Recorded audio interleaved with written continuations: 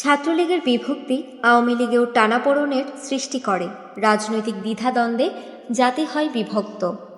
সদ্য প্রতিষ্ঠিত একটি দেশের জন্য এ ধরনের বিরোধ ছিল মারাত্মক ক্ষতিকর। 1972 সালের প্রায় গোড়া থেকেই মুজিববাদ নিয়ে ছাত্রলীগের মাঝে দেখা দেয় সংকট, সৃষ্টি করে অনৈক্য।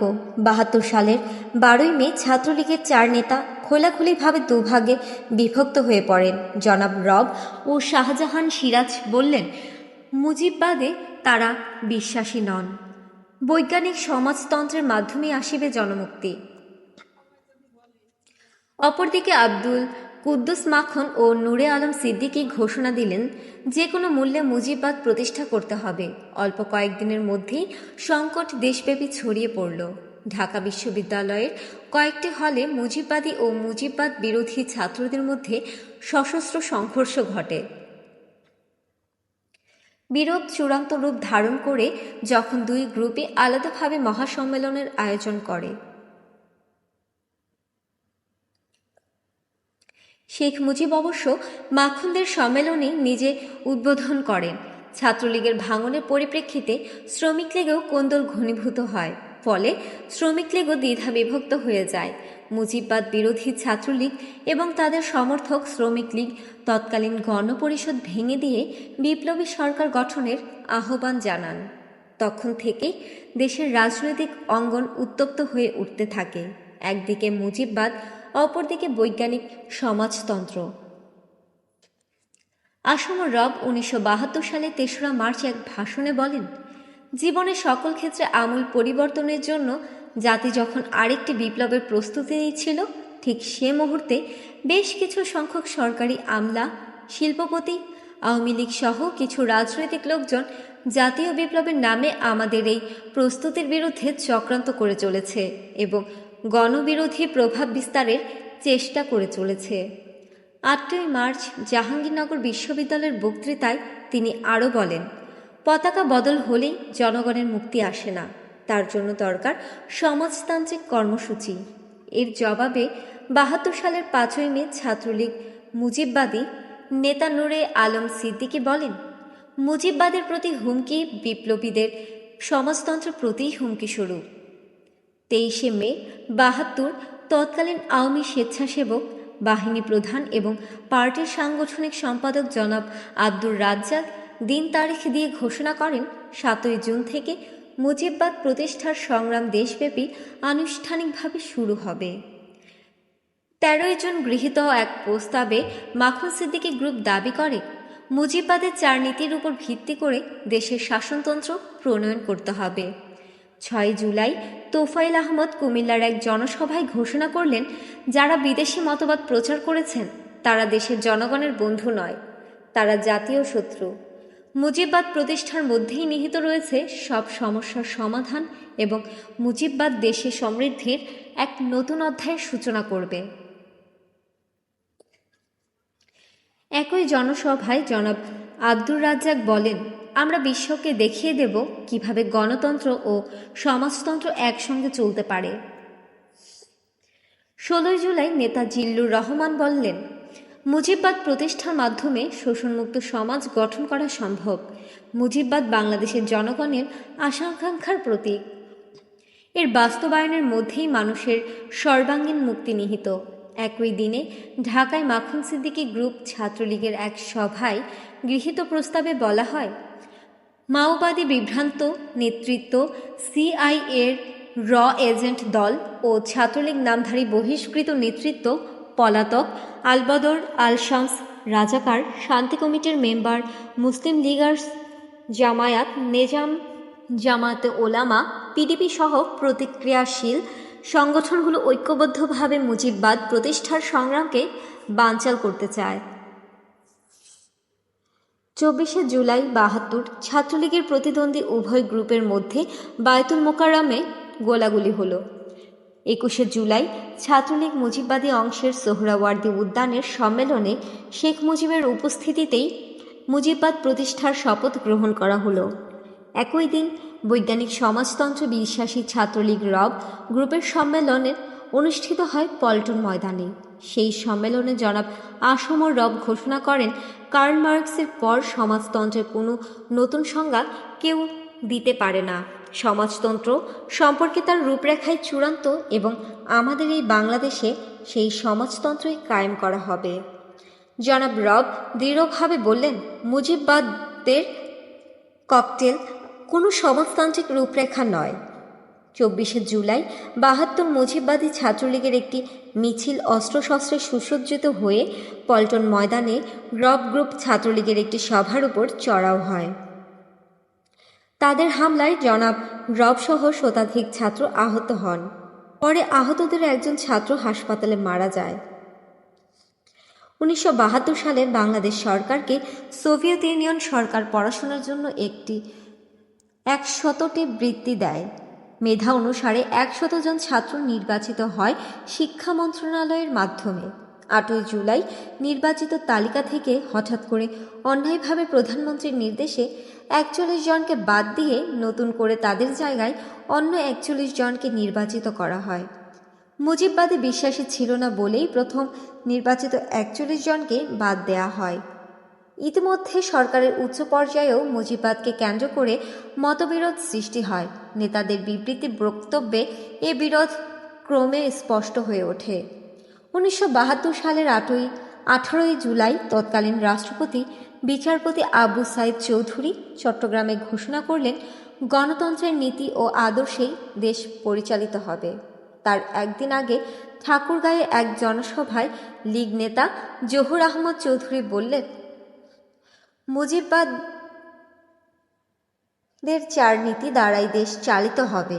তার কয়েকদিন পর 31শে জুলাই আওয়ামী লীগের সাংগঠনিক কমিটিতে সকল ষড়যন্ত্র নস্যাৎ করে মুজিববাদ কায়েমের শপথ আনুষ্ঠানিকভাবে গ্রহণ করা হয়। 12ই আগস্ট অর্থমন্ত্রী ও প্রবাসী সরকারের প্রধানমন্ত্রী জনাব তাজউদ্দিন আহমদ ভাওয়ালের এক জনসভায় বললেন, সমাজতন্ত্রের প্রতি বাধা আসলে গণতন্ত্র ত্যাগ করব। 20শে আগস্ট আওয়ামী লীগের নেতা আব্দুর রাজ্জাক বললেন, বৈজ্ঞানিক সমাজতন্ত্র ধার করা আদর্শ এবং মাওবাদী চক্রান্ত। রাষ্ট্রের প্রেসিডেন্ট বলেন, গণতন্ত্র কায়েম হবে। মন্ত্রী বলেন, সমাজতন্ত্রের জন্য প্রয়োজনে গণতন্ত্র ত্যাগ করব। শীর্ষ নেতা শেখ মুজিব বলেন, দুটোকে মিলিয়ে মুজিববাদ কায়েম করা হবে। এভাবে এই দেশে সৃষ্টি করা হলো আদর্শগত বিভ্রান্তিকর এক চরম অবস্থা।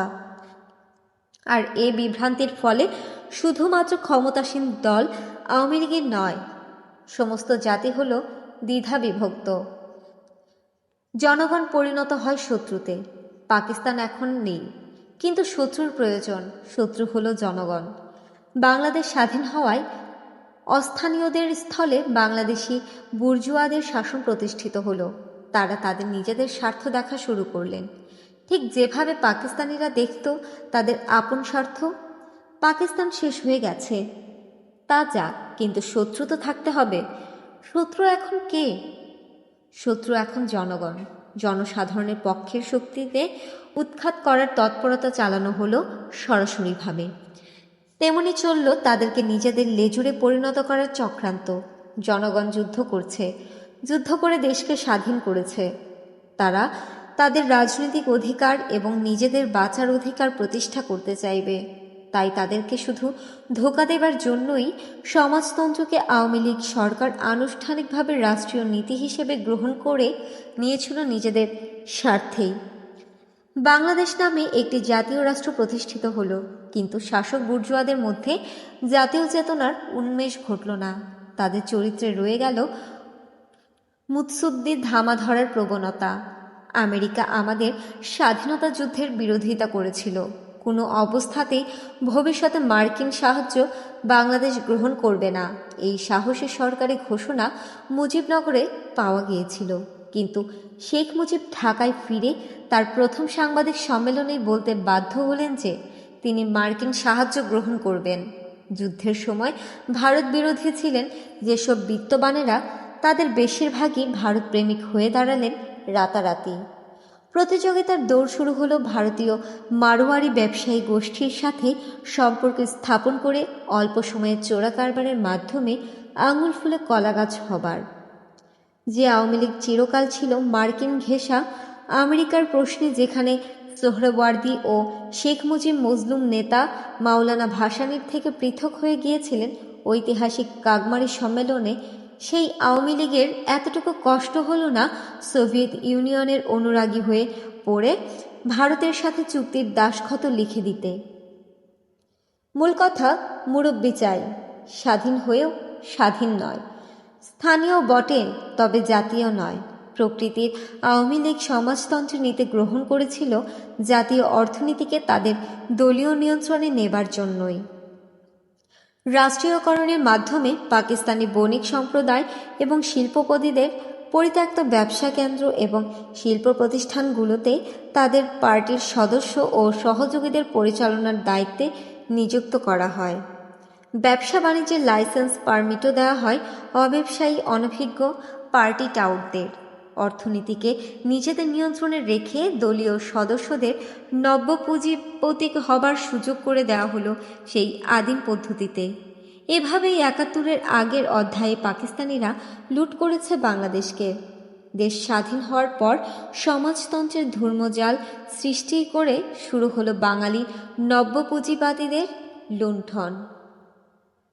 গরিব দেশবাসী আরও গরিব হলো, জাতীয় অর্থনৈতিক মেরুদণ্ড গেল ভেঙে।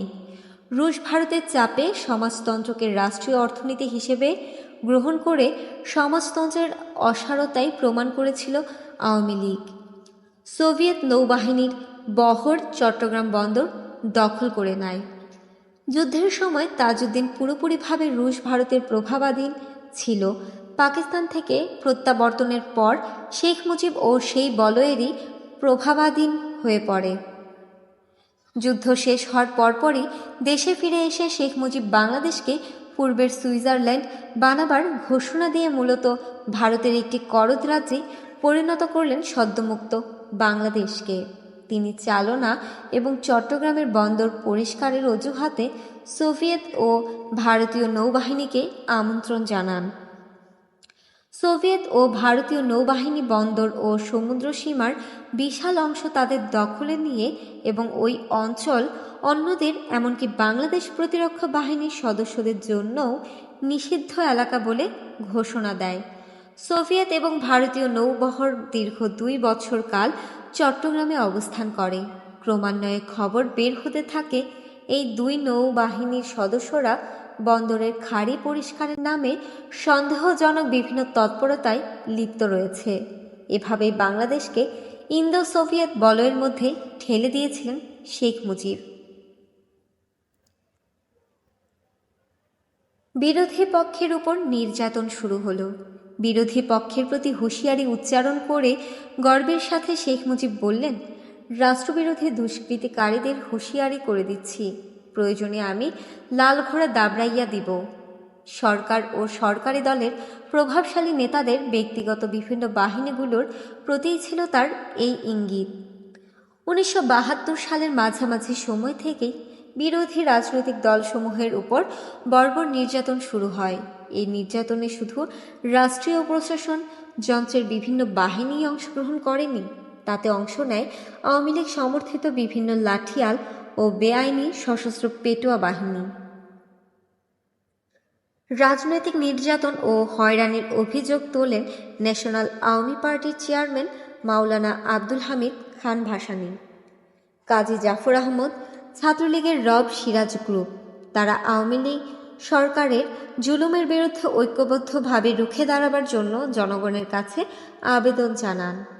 তারা বিবৃতি সমাবেশের মাধ্যমে বলেন, বাংলাদেশের রাজনীতিতে ক্ষমতা কুক্ষিগত করার ও সংগ্রামী ছাত্র জনতার প্রতিরোধ শক্তিকে শেষ করে দেবার জন্য মাত্র ৯ মাস আগে নির্যাতন এবং পুলিশ ও সেনাবাহিনীর বেপরোয়া গুলি চালানোর বিরুদ্ধে প্রতিবাদ মুখর হয়ে উঠতেন যারা ক্ষমতা আসীন হয়ে গত মাসেই প্রায় ডজন খানেক জায়গায় ছাত্র জনতার সমাবেশ ও মিছিলে গুলিয়ে চালিয়েছেন তারা।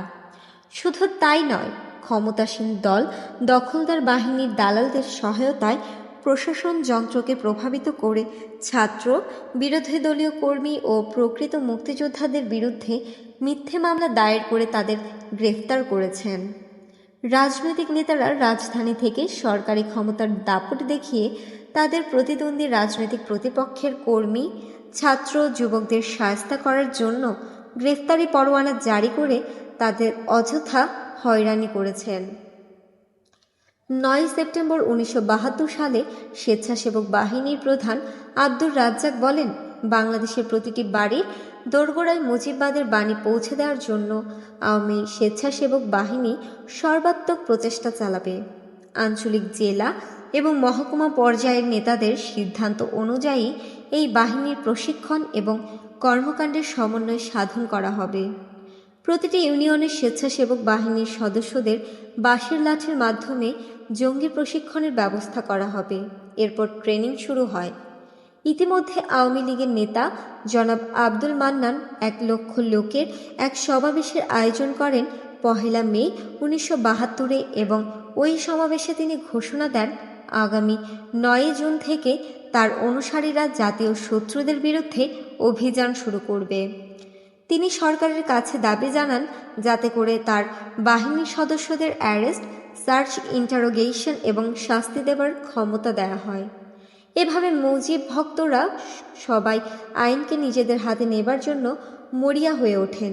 এক সভায় স্বয়ং শেখ মুজিবুর রহমান অতি দম্ভের সাথে তার সমালোচকদের উদ্দেশ্যে বলেন, আমি আমার লাল ঘোড়া দাবড়াইয়া দেব। ইঙ্গিতটি ছিল আওয়ামী লীগের বেসরকারি বাহিনীগুলোর প্রতি। শ্রমিক লীগের নেতার ওই অভিযান শুরু হওয়ার 7 দিনের মাথায় খুলনায় পুলিশ ও লাল বাহিনীর সদস্যদের মধ্যে সংঘর্ষ হয়। দেশের অন্যান্য অঞ্চলেও ওই ধরনের সংঘর্ষের খবর পাওয়া যায়। সার্বিক আইন শৃঙ্খলা পরিস্থিতির আরও অবনতি ঘটে। ওই সমস্ত ক্ষমতাসীন দলের নেতাদের বাহিনীর হাতে নাজেহাল হতে থাকে সাধারণ নিরীহ মানুষ। অবস্থার এতই অবনতি ঘটে যে আওয়ামী লীগের বি টিম হিসেবে পরিচিত মোজাফফর ন্যাপো ওই ধরনের ঔদ্ধত্য বন্ধ করার জন্য সংবাদপত্রে বিবৃতি প্রদান করতে বাধ্য হয়। জনাব মোজাফফর আহমদ এক বিবৃতিতে বলেন, স্বেচ্ছাসেবক এবং একটি রাজনৈতিক দলের অন্যান্য বাহিনীর সদস্যরা অন্যায়ভাবে নির্যাতন চালিয়ে যাচ্ছে। সংগঠনের দায়ভার বাইরে গিয়ে ক্ষমতাসীন দলের ছাত্র এবং শ্রমিক সংগঠনগুলো ওই ধরনের বর্বরতা করে চলেছে অবিরাম। তারা ইচ্ছানুযায়ী কারফিউ জারি করে স্থানীয় প্রশাসনকে অবজ্ঞা করে লোকজনকে ধরে তথাকথিত আদালতে তাদের বিচারের নামে অমানসিক জুলুম করছে। প্রশাসন এবং পুলিশ রহস্যজনকভাবে ওই ধরনের কার্যকলাপের ব্যাপারে নীরব দর্শকের ভূমিকা গ্রহণ করে নিশ্চুপ হয়ে রয়েছে। তিনি জনগণের প্রতি আবেদন জানান যাতে করে ঐক্যবদ্ধভাবে তারা ওই সমস্ত অন্যায় ও অসহনীয় নির্যাতনের বিরুদ্ধে প্রতিবাদ গড়ে তোলেন।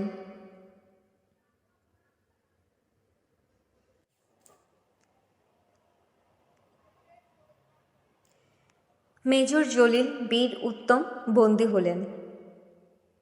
মেজর জলিল ছিলেন একজন সাহসী মুক্তিযোদ্ধা। ভারতীয় বাহিনীর লুটপাটে তিনি বাধা দিয়েছিলেন।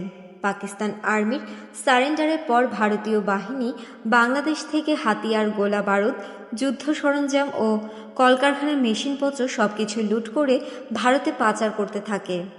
মেজর জলিল এ সমস্ত লুটপাটের বিরোধিতা করেন। তার সাহসিকতা অন্যান্য সেক্টরের মুক্তিযোদ্ধাদেরও মিত্রবাহিনীর লুটপাটে বাধা প্রদানে উৎসাহিত করে তোলে। 1972 সালের ফেব্রুয়ারি মাসে তার ওই ধরনের কর্মকাণ্ডের জন্য সরকার তাকে বন্দী করে। ষড়যন্ত্রের জাল ফেলে তাকে গ্রেফতার করা হয়েছিল।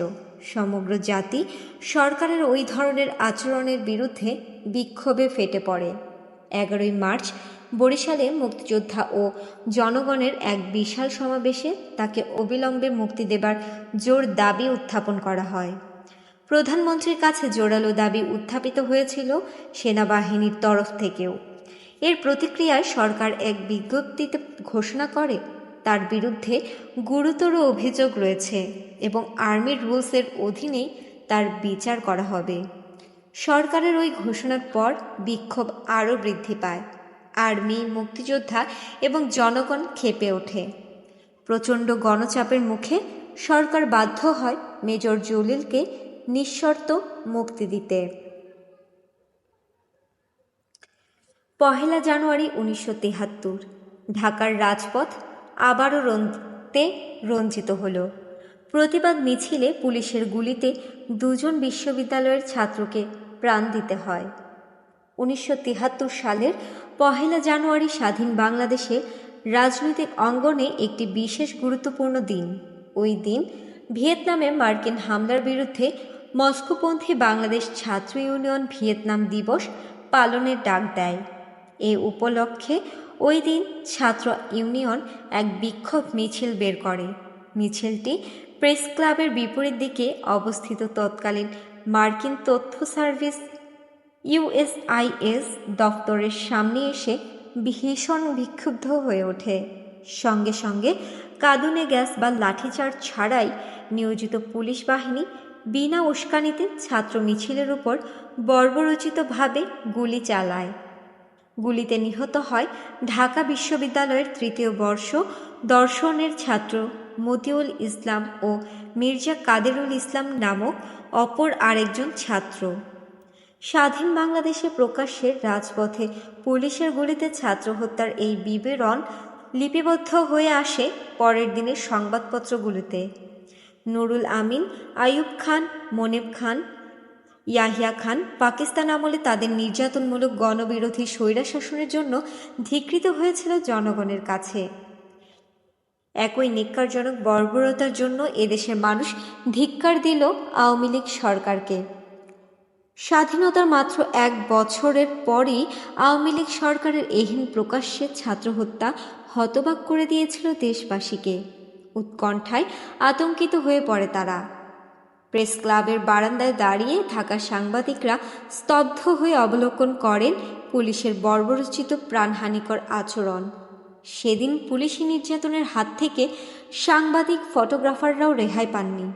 মুজিব সরকারের পুলিশ বাহিনী উপস্থিত প্রেস ফটোগ্রাফারদের হাত থেকে ক্যামেরা ছিনিয়ে নিয়ে ভেঙে ফেলে নির্মমভাবে। সরকারের তদানীন্তন স্বরাষ্ট্রমন্ত্রী টাঙ্গাইলের আব্দুল মান্নান এই পুলিশি সন্ত্রাসের ব্যাপারে কোনো বিবৃতি দেবারই প্রয়োজন বোধ করেননি সেদিন। গুলি চালনার খবর মুহূর্তে ছড়িয়ে পড়ে পুরো শহরে। ব্যবসা বাণিজ্য, দোকানপাট, যানবাহন সব কিছুই বন্ধ হয়ে যায় সারা শহরে। স্বতঃস্ফূর্তভাবে হাজার হাজার লোক ছুটে আসে ইট দিয়ে ঘেরা রক্তে রঞ্জিত রাজপথের অংশ দেখার জন্য। শহরের অলিতে গলিতে মানুষ পুলিশের পাশবিক নির্যাতনের বিরুদ্ধে প্রতিবাদী মৌন মিছিল নিয়ে বেরিয়ে পড়ে। পরদিন 2রা জানুয়ারি এই হত্যাকাণ্ডের প্রতিবাদে সারা দেশে পূর্ণ হরতাল পালিত হয়। ওই দিন প্রফেসর মোজাফফর আহমদ ঘোষণা করলেন, আওয়ামী লীগের ছাত্র হত্যা ইয়াহিয়া মনিব স্বৈরাচারী সরকারের কার্যকলাপেরই নামান্তর। আমরা দেশবাসীর দাবির সঙ্গে একাত্ম হয়ে আওয়ামী লীগ সরকারের আশু পদত্যাগ দাবি করছি। তিনি আরও বলেন, নুরুল আমিন সরকারের ভাগ্যে যে পরিণতি ঘটেছিল, শেখ মুজিবের ভাগ্যেও সেই একই পরিণতি অনিবার্য। শেখ মুজিবকে দেয়া বঙ্গবন্ধু খেতাব উঠিয়ে নেওয়া হয় এবং একই সাথে তার ডাকসুর আজীবন সদস্যপদও বাতিল করা হয়। 3রা জানুয়ারি পল্টন ময়দানে বাংলাদেশ ছাত্র ইউনিয়ন আয়োজিত এক সভায় ছাত্র ইউনিয়নের নেতা মুজাহিদুল ইসলাম সেলিম ঘোষণা করেন, দরকার হলে আরও রক্ত দেব, তবু সাম্রাজ্যবাদের লেজুর সরকারকে উৎখাত করে সমাজতন্ত্র কায়েম করবই। ওই সভায় ঢাকা বিশ্ববিদ্যালয় কেন্দ্রীয় ছাত্র সংসদের সহসভাপতি সেলিম ডাকসুর আজীবন সদস্যপদ থেকে শেখ মুজিবুর রহমানকে বহিষ্কারের কথা ঘোষণা করেন এবং সদস্যপদ বই থেকে সংশ্লিষ্ট পাতাটি জনসভায় ছিঁড়ে কুটি কুটি করে ফেলেন। রাজনীতির পরিহাস 1972 সালের 6ই মে এই ছাত্রনেতাই শেখ মুজিবুর রহমানকে ডাকসুর আজীবন সদস্যপদ দেবার গৌরব অর্জন করেছিলেন। জনাব সেলিম ডাকসুর পক্ষ থেকে প্রধানমন্ত্রী শেখ মুজিবুর রহমানকে প্রদত্ত বঙ্গবন্ধু উপাধিও প্রত্যাহার করে সাবধানবাণী উচ্চারণ করেন। সংবাদপত্র, টিভি ও বেতারে শেখ মুজিবের বঙ্গবন্ধু উপাধি ব্যবহার করা চলবে না। তিনি বাড়িতে, অফিস আদালতে ও দোকানে টানানো শেখ মুজিবুর রহমানের ছবি নামিয়ে ফেলারও আহ্বান জানান।